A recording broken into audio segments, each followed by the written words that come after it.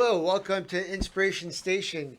Today we have here your friend Ben, owner of Your Friend Ben LLC, and he runs a mobile mechanic service, and he's a new addition to with Victory Auto Group. We're going to be working together, and this is going to be a great addition to Victory Auto Group because there's always we always have mechanic we need mechanics to be mobile. We need mechanics to be at the shop because we work with cars and sell cars, and we know that cars break, and it's a natural thing. It'd be nice if they didn't break, but it's a fact of life. So one of the most difficult things at the dealership is things that our cars break, and you never know when it's going to happen. You don't know where it's going to happen. You don't know what's going to happen. So it's important to have a person like Ben working with us. So I'm very happy that you're going to be coming on board, or that you are working with us. You are on board. Absolutely, And absolutely. I just want to talk to you about what you do, and also what drives you to be an entrepreneur, because this is your own business. This is your Absolutely. own company, and you're only 21 years old, and you've already gone through school. So tell us about that. What made you decide to be an entrepreneur? What drove you to, instead of going to get a job, on average, that's what we're taught in America, hmm in school, and every step of the way. You need to get a degree, you need to go to school so you can go get a job. Now, you kind of define this path. What drives you?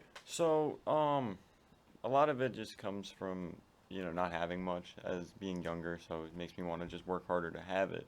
Um, Another thing is too is like not everyone can do this type of work either. It takes a lot of practice and a lot of knowledge, a lot of theory behind it. So, you can't just come walking off the street and go into Tires Plus and start servicing vehicles. And that's what we have in this industry now is we have a lot of technicians who are coming in, 18 years old. They're starting as a lube tech or a tire tech, and they don't ever really make it through the ranks to get to a flat rate technician. And I just don't want to get stuck in that position and not ever make it to being a flat rate technician. Um, and I kind of look at the dealerships as just being a middleman for the technicians, just to kind of give them work. But see, I can facilitate my own prospects and my own customers, and I know what I'm doing, and I don't want to waste anyone's time or money. So, Hmm. and the dealership is a good way to do that. Yeah, and then also, what got you interested in being a mechanic? Like, So my grandfather, he was into stock car racing, and okay. he had a shop in his backyard. It was a three bay shop with two lifts. So, I've been breaking ball joints loose since I was like 12. So, I've always had a wrench in my hand, if you will. Hmm. Yeah, it's exciting. It's an exciting thing too. For me, I have always been interested in cars since I was 5 years old. I think, as far as I remember, I started with little toy cars, and I was born in Russia. In Russia, there was it was almost impossible to get a car. To get a car in Russia, well, the salary is about $100. Is a Lada? Is that the Russian vehicle, the Ladas? Yeah, Lada. Yeah, yeah, It's a okay. Fiat, basically. But in order to buy a car, it would cost like 10,000 rubles. It was in rubles, and the salary was 100 rubles a month. So you Mm. got paid 100 a month, and then I would ask my parents, well, how much does a car cost? And they'd say 10,000 rubles. So I was like wondering, well, how is that possible? If you make only 100, how long will it take you to save to 10,000? So it was an impossible dream. So as soon as I moved to America, I was 8 years old. We got a car. It was like, oh my God, it was a dream come true. When we got it, I was thinking I'm gonna sleep in it. I was gonna like live in it. I had like crazy ideas. So it's always been a passion for me too, and cars. But I enjoy driving them. I never got into the mechanics of it. I enjoy driving them, working with them. I mean, selling them and buying them, all that. But it's very exciting to me. What I like about it is it's like a box of eggs. If you shake that box of eggs, how many eggs are broken? You got to open it up to find Yeah, out. So, yeah. that's always an interesting part when, people are like, oh, it's making a ticking noise, or, there might be something going on. It's like, well, let's tear it apart and find out. Yeah, and so you started this business, your friend Ben, And tell me about your business. Like, how does that work? So it first started out, it was just me and my apprentice, more like a partner, Dylan. We're just cruising around in our Silverado 1500 with a cardboard box full of tools. And, we started out that way, got our bills paid. We're like, wow, we could really make this happen. We weren't making any money, like crazy money, but we were getting enough to get by. And for us, that was way better than, it was more rewarding than, working for someone else and having a steady paycheck and a steady source of income. It's just more rewarding when you do it yourself. You go out and you get it, You just Yeah. go get it for yourself. So that's how really the path of entrepreneurship started for you It's because more rewarding when you do it for yourself, yeah, because it is a lot more work. It's honestly really easy to talk yourself out of it because it's a lot of work. yeah. It's a lot to think about, maintain, and just because there's a lot of. It's exciting. Oh, absolutely, It's absolutely. it's like living on the edge because when you go get a job, you just work there and you're told what to do and you do your job, and Well, it's the that's it. steady income that I think a lot of people are afraid to kind of veer off and do what I'm doing is Yeah. 'cause everything's a risk, everything. And not everybody has the ability also to do what you're doing because maybe they have a family, maybe they have the bills, they have to make the money immediately. So you're fortunate where you don't have that expectation right now because of where you are in your life. You can build a business, and that was similar to me when I started my business because I had no experience having a business, and it was my goal. And luckily, I was in a situation where I didn't have to support my family, and I could start my business. So it's also time and situational, and so that helps with the business. And that's how when I started. And it's a similar idea because it's inspiring for me, and it drives me not only to work but also how do I bring in the business. I like doing everything, not only selling cars, but I like to buy the cars. I like to work with people, train people, and doing these videos, like how I can push myself to learn more, to be more, to do more. What is possible, and being an entrepreneur is that space uh, to push myself. And so the idea is you start this business. So also, so what do you do? So you got your phone number, you got your business. So people call you, and how does that work? To So usually I get a phone call and somebody will ask if this is your friend Ben, and I'll say absolutely, and they'll tell me what's wrong with their car a little bit, and then I'll ask them, where's the vehicle? Is it in a safe location? Is it on the side of the highway? Is it in your driveway? Is it in a parking lot? And just depending on where it is, I can either transport the vehicle to a safe location and work on it, or I can just go about fixing it. Most of the time, it's people are driving their car and it just stopped running. It's just not working anymore, and that's usually some sort of electrical issue, whether there's not a signal from certain sensors to give the computer information to make a decision and prevents it from starting altogether. So that's usually the most common thing that we will find with a mobile call. now you're a mobile mechanic, and this is where you're at. I know you know your place as a mobile mechanic in this area of expertise. How Mhm. many uh, in this area that you know? How many other mobile mechanics that you know of are are that went to school and have the qualifications that you do? Well, So is that normal or not normal? really, no. I mean, I'm not gonna lie to you. A lot of the mobile mechanics in this area now are, they're obviously older than I am, and they spend a lot of time in a shop, so they have the experience, but they just don't have that technical knowledge that you get from school. So, they can be going through the motions, doing the thing, but not knowing why they're doing what they're doing. You know what I mean? Hmm. So, like, you can go and set preload on a bearing, but why? Why do you need to do that? It's like that's the kind of thing. And a lot of them don't really have ASEs. I mean, they may have had the ASEs, but they expire every 3 years, and you have to renew them to maintain master technician. I'm not a master technician. I have a bunch of ASEs that are about to expire, but it doesn't mean I don't know what I'm doing. But what does that help? Like being that you diagnose correctly, you look at the problem correctly, and you have the knowledge to back it up. What does that mean to your customer that you're able to do this?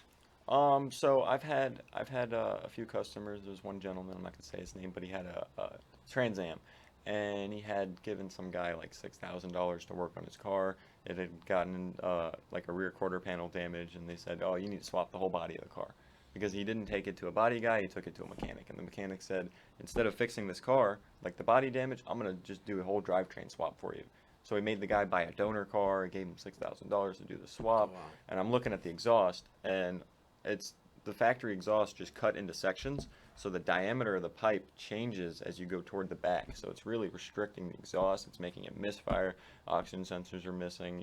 It's like, and the rear main seal's leaking. The motor mounts are no good. And it's like, how do you pull an engine out and not even swap the motor mounts? You're gonna go through all that work and not even do the preventive maintenance for it. Like, what does that say? Because I don't want to like work on someone's car and then someone asks them, who did that? Who worked on your car? And like, oh, your friend Ben did. It's like, that's terrible. That's not Yeah. good. I don't, because it directly reflects me. So your reputation is important. Absolutely, absolutely. The other thing that also is that I run into with mechanics is they say, well, this is the problem, this is the problem before they start working on it, and then they replace the parts that they say they need to replace, and then they say, oh yeah, that's not it. It's something else, or they just, oh, I can't figure it out. Does that ever happen to you, or how do you work with that situation? So a lot of the cars, they have electrical systems. They have a computer, and all it is it just works in series of zeros and ones, and it just makes decisions based on the information it gets. So there's sensors that give information, and then there's actuators that do a task. They have a physical movement to them. So when things aren't working properly, the first thing I would check is battery voltage, because if the battery voltage is low, it can make the computer a little drunk. It'll make poor decisions. But I mean, I've had things that I couldn't figure out, and it just be because the engine computer is just no good. Corrosion inside of it. There's ground controlled circuits inside the ECM that just aren't able to be grounded because of corrosion. So certain functions won't work on a vehicle. But you're able to diagnose the entire car. You really look at the Yep. details. Because I know I've spoken to you about even doing an engine. If there's an engine damage, you really understand Absolutely. the interworkings of we Most spoke about. engines are separated into two pieces. You have the upper cylinders, and then you have the lower block, and they're connected by a chain or a belt, and it's pretty simple.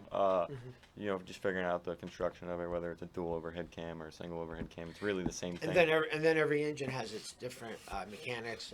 One Right, they all have their own different engine geometry. Their valve train geometry is a Yeah. little different.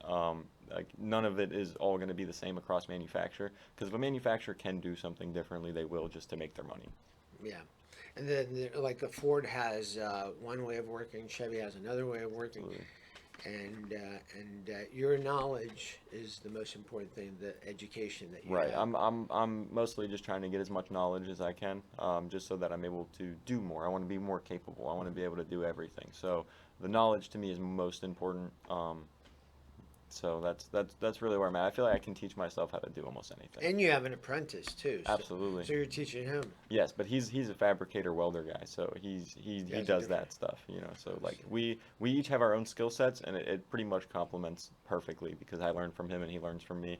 We're both 20, 21, 22, so throughout our lives we have each gained our own skill set and we use them every day. And yeah, again, that reminds me, being 21 years old, and do you, besides your apprentice, how many other 21-year-olds do you know that have your attitude and drive? Is that, are you surrounded by other 21-year-olds like that, or It's do not you? very common. I do have some friends that I did go to school with in Orlando. Mhm. One of them is working at a shop in North Carolina. It's not a dealership, it's just a shop.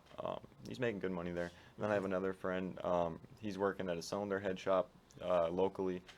So, he's working too in the industry, but, he's not like repairing vehicles in the same way. He's, just machine shop cylinder heads. Yeah. You get the cylinder head, you see what's wrong with it, you rebuild it. So it's pretty much the same thing almost every day. It's just different manufacturers, different cylinder heads. So, he's still milling them. He's still, lapping the valves and all that, making Yeah. sure everything's got good contact. And then with all the new technologies coming out with battery-operated cars and cars being, the manufacturers keep changing these cars. How are you staying up with that? Is it because so you go back, you have to get So more I'm not really certification? worried. I'm not really worried about the EV scene as of yet.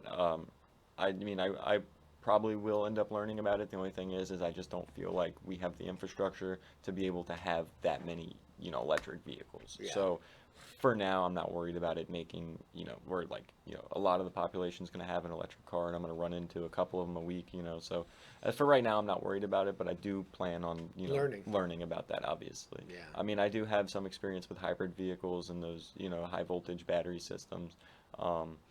Technically anything over 60 volts is high voltage, so, they have some, 2, 3, 400-volt batteries in those hybrids. They got hybrid traction batteries, and they have starting batteries, and those hybrid traction batteries are usually they're nickel metal hydride batteries.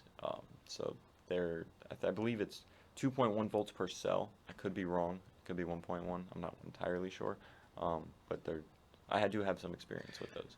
Like I know we didn't meet a long time ago, or we haven't known each other a long time, but every time I talk to you, I'm constantly impressed with the amount of knowledge and information that you have, that you know. I'm a sponge, man. I'm a sponge. Because I've been in the business for 13 years, and I'm always interviewing mechanics, looking for mechanics, and so I've met a lot of mechanics, but you impress me with the knowledge, and not only about the car or particular engine cars, but body work, transmissions, computers, wiring diagrams. I mean, I could tell you the science behind how each sensor works.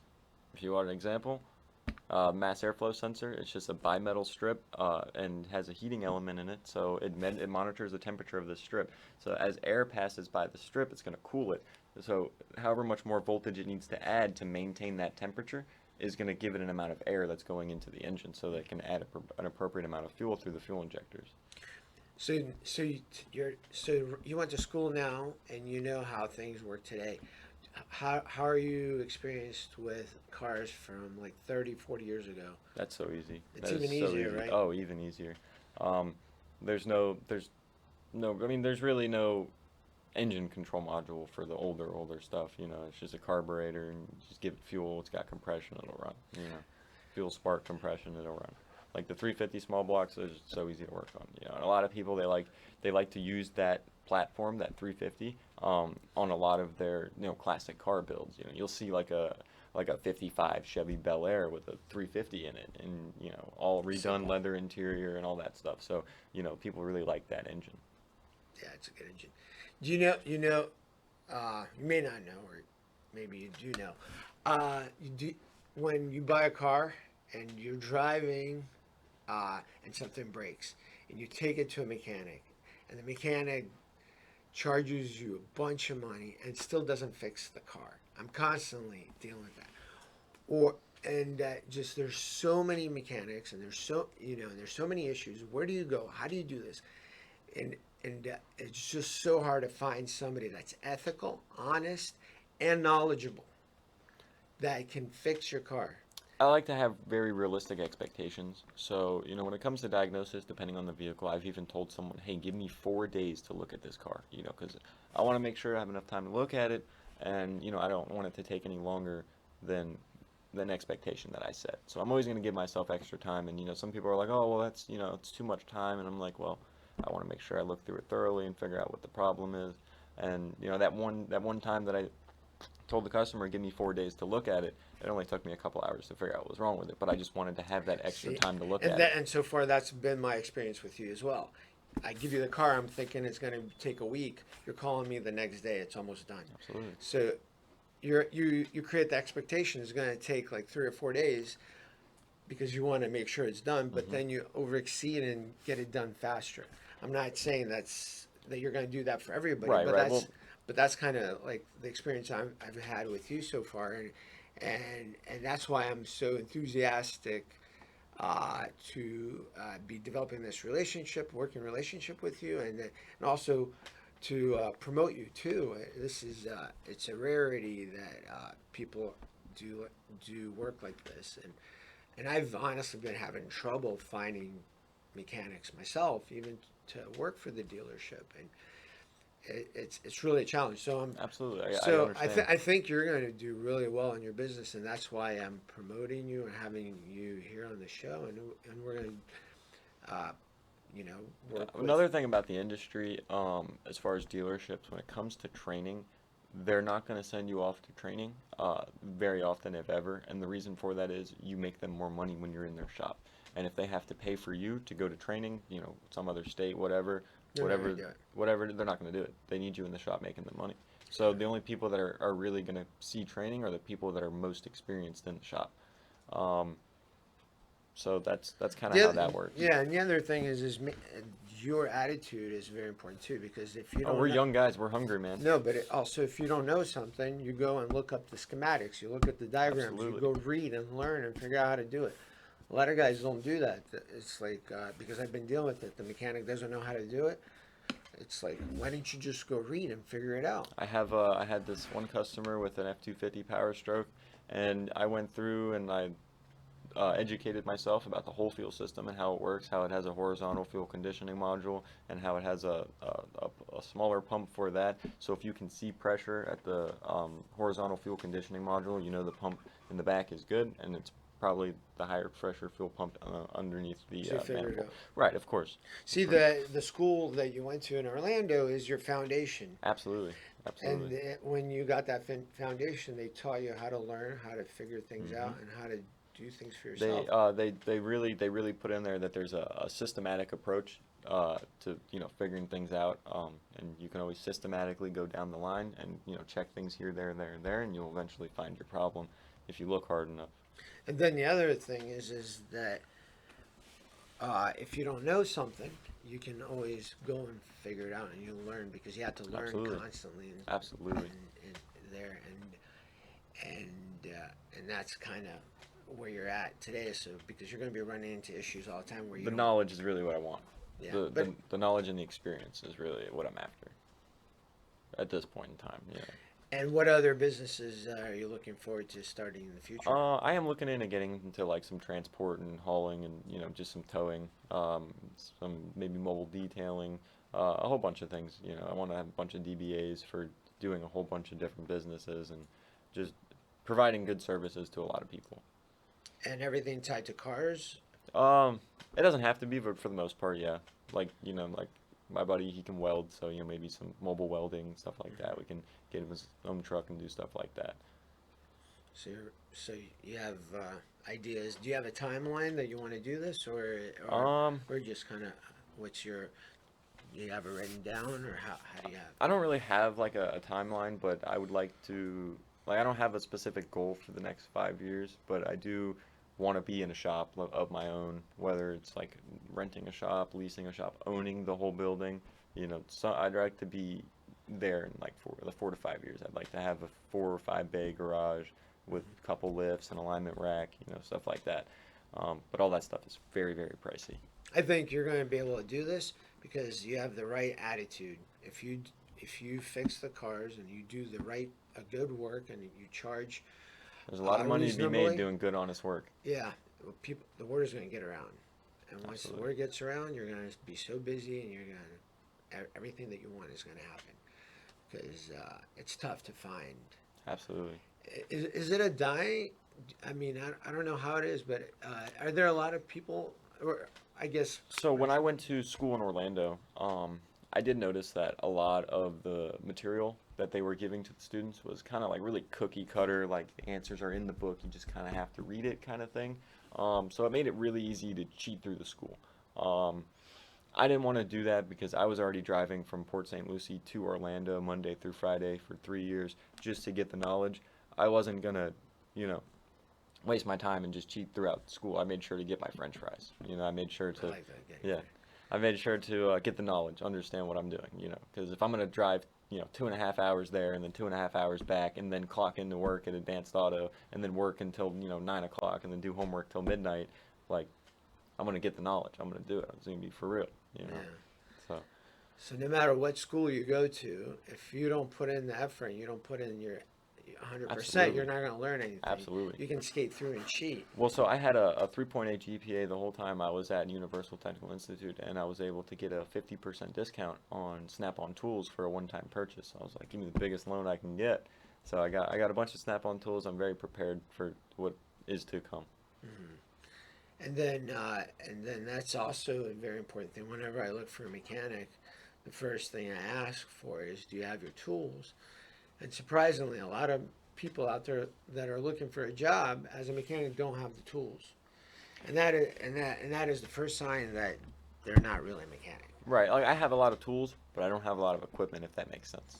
So like as far as like uh, engine lifts and engine stands and just like equipment to move heavy things and do stuff like that, I don't have that. Well, you're a mobile mechanic, Absolutely. so you don't really need engine lifts and transmission stands to be mobile. So Um, I think you're with me because you're working with me. We're getting into something that's not mobile Well, oriented. in some cases, if an engine is blown up, it could just be cheaper to get a new engine. Like, for example, if you have like a Honda Accord, those engines are all over the place. You could And they're probably get an light. engine for like 400 or 500 bucks. So like in that case, to have a mobile mechanic come out and swap that That's easy. engine wouldn't be too bad. It would be a pretty fair deal all the way around. So I would need an engine lift for that scenario, but I already got one. It's going on the back of a service truck, so it can be a mobile lift. Now, how much time do you spend a day working on cars and working on your business? Like All the currently, time, all the time. If I'm not working in the business, I'm working on the business, and that's as real as it gets. I'm, always trying to, record some content for some social media. I don't really post a lot on social media. I should. I just have a whole bunch of content that's ready to be edited and uploaded, and I just haven't done it yet. Always trying to update on the Facebook page, put information so out it's there on my not nine. website and So it's stuff not like that. 9 to 5 or 9 to 6. No, it's all the time. It's All all the the time. time. Like I'm always getting phone calls. I'm always looking into things. I'm always doing something. I mean, you get a lunch break What here and about on there. And, weekends, Saturday and Sunday? I do work Saturday and Sundays. But I don't really like focus on the business those days. If I get a phone call and someone needs help, I'll come out and help them on weekends. But sometimes I might be fishing, so it's like a little busy right now. So yeah, and yeah, that sounds cool. So and that is the main thing. Being an entrepreneur, you're working and thinking about work and thinking about your business all the time, and that's where I'm at. It's a challenge and it's rewarding. And Absolutely. just so you know, this is only the beginning for you. I mean, Right. you do know that. I It, mean, it, my I first mean, this, month being in business with my buddy, we look at each other and we're like, dude, we got all of our bills paid and we started this month. Like, that's crazy. It's so rewarding. It really is. Because you did it yourself. Nobody really helped you do it. It's like you made the money to get your bills paid. And granted, it's not a lot of money, but to me, it's an accomplishment. now, Ben, if somebody wants to get a hold of you and they're broken down on the car or broken down on the side of the road or what have you, how do they get a hold of you? What is the best way to get a hold of you? So the best way to get a hold of me would be with my phone number. It'd be 561-530-9326, or you can reach out to me through Facebook Messenger. You can find my Facebook page there and reach out to me there. Phone call is probably the best. Text would be best. Do you have a website yet? Or I do have a website. It is what is it? It's yourfriendbenauto.com. if you don't remember, it's okay. There was an issue with the domain, Okay. so I had to make it very specific. Hmm. Yourfriendbenauto.auto at something. No It's there. worries. No worries. So let's. Like I said, I'm glad to be working with you, and I think you're going to be a huge addition to Victory, and you're going to be helping a lot of customers and it's going to make Victory better. It's going to make Absolutely. my dealership better because you're going to create a more positive customer experience. So Well, I mean, I I'm definitely understand the difference between an asset and a liability. I definitely understand that. I'm excited to work with you. Absolutely. Absolutely.